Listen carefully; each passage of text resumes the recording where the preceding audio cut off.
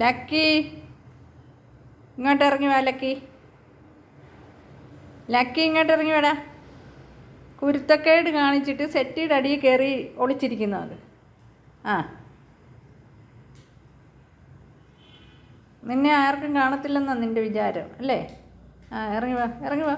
ആ ആ ആ എന്താ പട്ടാളക്കാർ നുഴഞ്ഞ് വരുമ്പോഴേക്കാണ് ചെറുക്കം പറഞ്ഞത്. കുരുത്തക്കേടിൻ്റെ അങ്ങേയറ്റമാണ്, കുരുത്തക്കേടിൻ്റെ അങ്ങേയറ്റം. എന്തോന്ന് വട്ടം കിടക്കുന്നു?